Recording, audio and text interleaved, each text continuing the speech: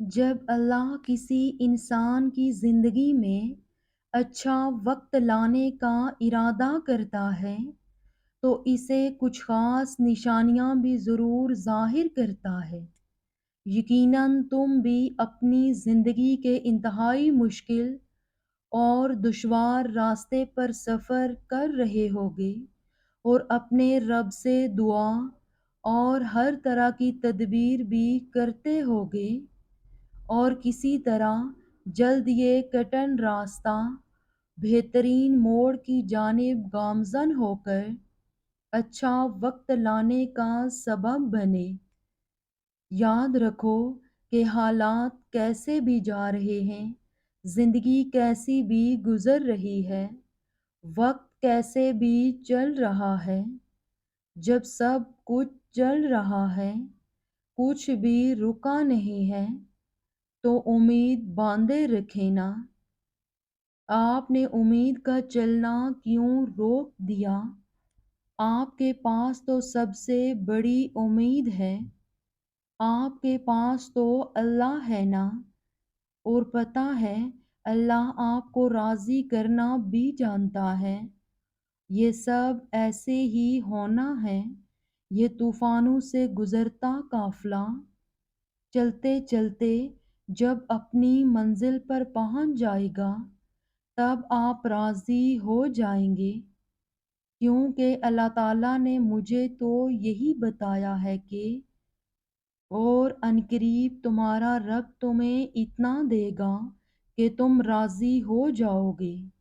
جب حالات کنٹرول سے باہر ہونے لگیں، مشکلات سلجھائی نہ جا رہی ہوں اور حالات میں بہتری آتی نظر نہ آ رہی ہو، تو مایوس ہونے کے بجائے اس مرد مومن کی طرح ہمت کر کے اپنی سکت جتنی کوشش کر کے اپنے معاملات کو اللہ کے سپرد کر دینا چاہیے، جس نے فرعون کے درباری ہونے کے باوجود ہمت جمع کر کے موسیٰ علیہ السلام کے رب اور حقیقت کی طرف سب کی توجہ دلائی تھی۔ ان بتوں کی پرستش کرنے والے مشرکین کو اللہ کی طرف رجوع کرنے کی دعوت دی تھی، بنا سوچے کہ اس کے ساتھ کیا سلوک کیا جائے گا۔ پتہ ہے اس نے کیا کہا تھا؟ میں تو اپنا معاملہ اللہ کے حوالے کرتا ہوں، اللہ یقیناً اپنے بندوں کو دیکھ رہا ہے۔ جانتے ہو زندگی تکلیفوں کا نام ہے، یہاں خوشیاں آتی ہیں چلی جاتی ہیں، اگر کچھ چھوڑ کے جاتی ہیں تو اداسی۔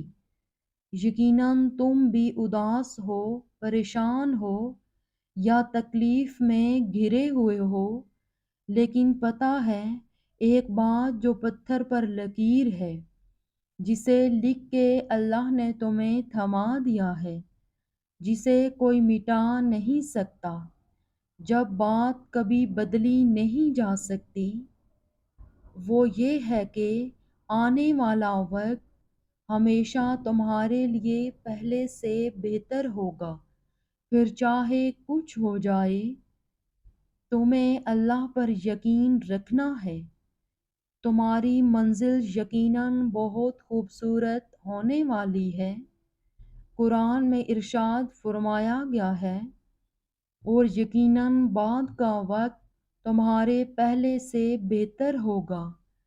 اگر آپ ابھی کسی ایسی مشکل میں پھنسے ہوئے ہیں جس سے نکلنے کی کوئی بھی راہ آپ کو نظر نہیں آ رہی ہے، تو اللہ سے مدد مانگیں اور اللہ کی محبوب عبادت کے ذریعے اس کی مدد مانگیں۔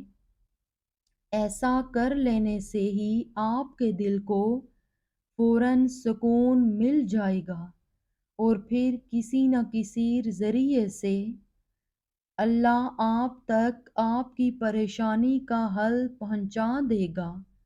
آپ اس سے مدد مانگیں گے تو آپ کو مدد ضرور ملے گی۔ کبھی کبھی دعا اور صبر ہی واحد حل ہوتا ہے۔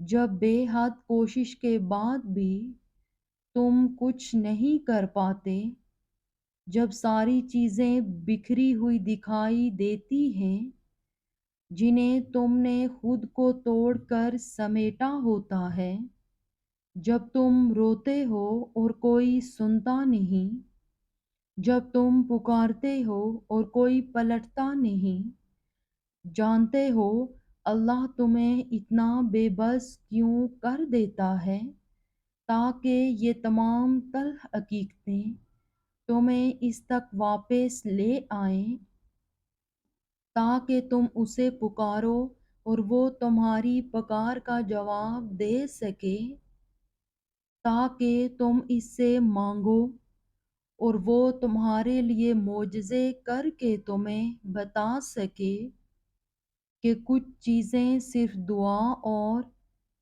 صبر سے ملتی ہیں، تاکہ وہ تمہیں دکھا سکے کہ جو کوئی نہیں بدل سکتا وہ تقدیریں بھی یقین سے بدلتی ہیں، تاکہ تم اس بات کو سمجھو کہ بند دروازوں کے پیچھے چھپی حکمتیں اللہ کے علاوہ کوئی نہیں جان سکتا، اور یہ کہ کچھ چیزوں کو اللہ کے حوالے کر دینا ہی بہتر ہوتا ہے، کیونکہ اس کا فیصلہ ہمارے لیے کبھی غلط نہیں ہو سکتا۔ تم نے تو بس خاموشی سے اس کے کن کا انتظار کرنا ہے، ڈھیروں دعائیں کرنی ہیں، صبر کمانا ہے، کیونکہ کبھی کبھار دعا اور صبر واحد حل ہوتا ہے۔ یہی اس کا انداز ہے کہ وہ پہلے تمہیں مانگنا سکھاتا ہے اور پھر وہاں سے عطا کرتا ہے جہاں سے ملنا تمہیں ممکن نہیں لگتا۔ وہ تمہیں تم سے گزار کر ہی خود تک لاتا ہے۔